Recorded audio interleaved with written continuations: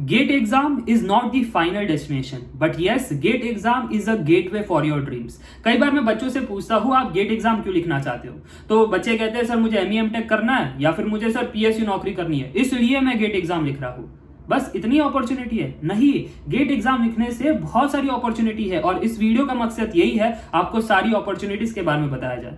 तो सबसे पहली अपॉर्चुनिटी, यस आप एमई एमटेक कर सकते हो फ्रॉम दी प्रीमियर इंस्टीट्यूट्स जैसे IISc, IIT, NITs and other institutes. अच्छा, इससे बेनिफिट क्या होगा? सबसे पहला बेनिफिट आपको श्योरिटी मिल जाएगी जॉब की। हाँ, आप सही सुन रहे हो और यहाँ पर नोट करने वाली चीजें है ना जो नोट कोई नहीं बताएगा। अगर आप सिर्फ नाम के लिए पढ़ाई कर रहे हो तो प्लेसमेंट में आपका कोई नाम नहीं आएगा, बट अगर आप अच्छे से पढ़ाई कर रहे हो तो आपकी अच्छी नौकरी लग जाएगी, ये गारंटी है। और अगर यकीन नहीं होता तो मैंने एक प्रीवियस वीडियो में स्टोरी भी बताई थी। बेचारा IIT में एक बच्चा अनप्लेस था, पूरे बैच में सारे लोग प्लेस हो गए, वो अनप्लेस था।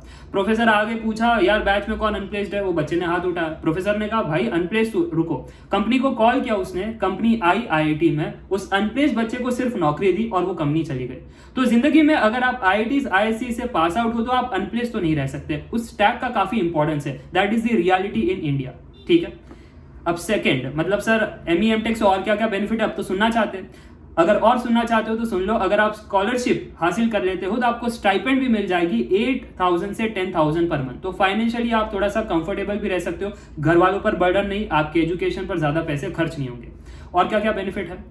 आपको जॉब मिल जाती है, अगर आप अच्छे से पढ़ाई करते हो तो आपकी सैलरी रहती है 1 lakh to 2 lakh per month. ये अच्छी सैलरी आपकी रहती है, प्लस आपको अपॉर्चुनिटी मिलता है to work in abroad. Yes, काफी सारे स्टूडेंट्स है ना अब्रॉड चले जाते हैं, इसलिए तो वो एमई एमटेक करते हैं ताकि और अच्छी अपॉर्चुनिटी मिले और आपके कनेक्शंस बन जाते हैं। अगर आप माइक्रोसॉफ्ट में काम करते हो, आपका दोस्त गूगल में काम करता है, तो अगर गूगल पे प्लेसमेंट रहती है तो आप स्विच कर सकते हो। अच्छे कनेक्शंस आपको मिलते हैं क्योंकि कोई ना कोई अच्छी MNCs में बैठा हुआ होता है, तो आपको हमेशा वो दोस्त से बात करते हो तो वैकेंसी के बारे में इंटरनल पता चल जाता है और रिकमेंडेशन से जल्दी प्लेसमेंट हो जाती है। सो कनेक्शंस मिलते हैं और वो कनेक्शन से आप स्टार्टअप भी कर सकते हो।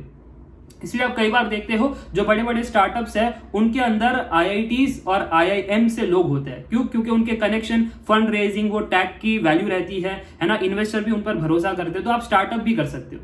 तो इतनी सारी बेनिफिट्स आपको मिल जाती है if you do ME MTech from IITs, IIScs and premier institutes. अच्छा, और क्या क्या बेनिफिट है सर? रिसर्च आप कर सकते हो। यस, रिसर्च से भी आपको अच्छी जॉब मिलती है। ओके, तो रिसर्च आप गेट से कर सकते हो। तीसरा, PSU नौकरी हासिल कर सकते हो, वो तो आपको मालूम ही है। और अगर PSU नौकरी ना मिले तो फिर आपके पास अदर, जैसे इंडिविजुअल PSU कभी कभी अपना एग्जाम निकाल देती है, जैसे HPCL ने निकाला था, है ना, BRC निकाल देती है एग्जाम, तो उसमें भी आप एग्जाम लिख सकते हो, सिलेबस तो सेम ही रहता है और फिर वहां से भी आप प्लेसमेंट ले सकते हो। तो ये आपका बेनिफिट है।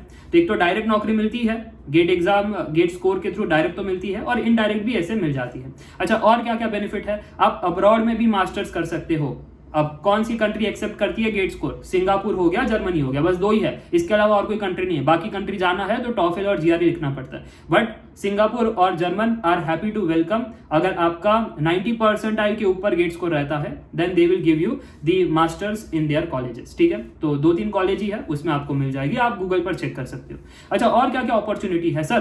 टीचिंग की अपॉर्चुनिटी है, ऑनलाइन कोचिंग, ऑफलाइन कोचिंग आप अप्लाई कर सकते हो, you will get good salary. ये पक्का है। अगर आपके पास अच्छा गेट स्कोर है या फिर अगर आपने एमई एमटेक किया है कोई अच्छे कॉलेजेस से, तो आपको अच्छी सैलरी मिल जाएगी इन ऑनलाइन एंड ऑफलाइन कोचिंग। अच्छा, और कुछ सर बेनिफिट होगा? यस, कई बार है ना कोई कंपनीज जॉब निकालती है ना, उसमें वो स्पेस के ऐसे डिस्ट्रीब्यूट करती है। जिसने गेट एग्जाम नहीं लिखा है उसकी कम सैलरी, और जिसने गेट एग्जाम लिखा है और उसने क्वालिफाई किया अच्छे से उसकी ज्यादा सैलरी। तो गेट स्कोर से आपकी सैलरी भी इंक्रीज हो जाती है। और मैंने अपने job updates by Shanik Jain channel पर कई बार ऐसे अपॉर्चुनिटीज बताई है जहां पर अगर आपके पास गेट स्कोर है या CSIR नेट स्कोर है तो आपकी सैलरी अच्छी रहती है, और अगर नहीं है तो कम रहती है। ठीक है, अच्छा, लास्ट और important, PhD after GATE score. Yes, ये भी है, एमई एमटेक करने की जरूरत नहीं है, बीटेक के बाद सीधा PhD कर सकते हो। एक बार हमारे कॉलेज में भी आया था IIT रुड़की के ओर से, ठीक है, that you can do PhD after the BTech. Yes, it is possible. तो ये सारी अपॉर्चुनिटीज है that you get from the GATE score. मुझे लगता है अब आप इंपॉर्टेंट समझ गए, सिर्फ 1-2 अपॉर्चुनिटी नहीं है बट अनगिनत अपॉर्चुनिटी है। अब जो ऐसे नारे लगाते हैं यार गेट एग्जाम में भी कुछ नहीं रखा, इतनी कंपटीशन है, ये वो वही लोग हैं मेजॉरिटी जो गेट एग्जाम क्रैक भी नहीं कर सकते। अब अगर क्रैक नहीं करोगे तो काय की अपॉर्चुनिटी, कोई अपॉर्चुनिटी नहीं मिलेगी।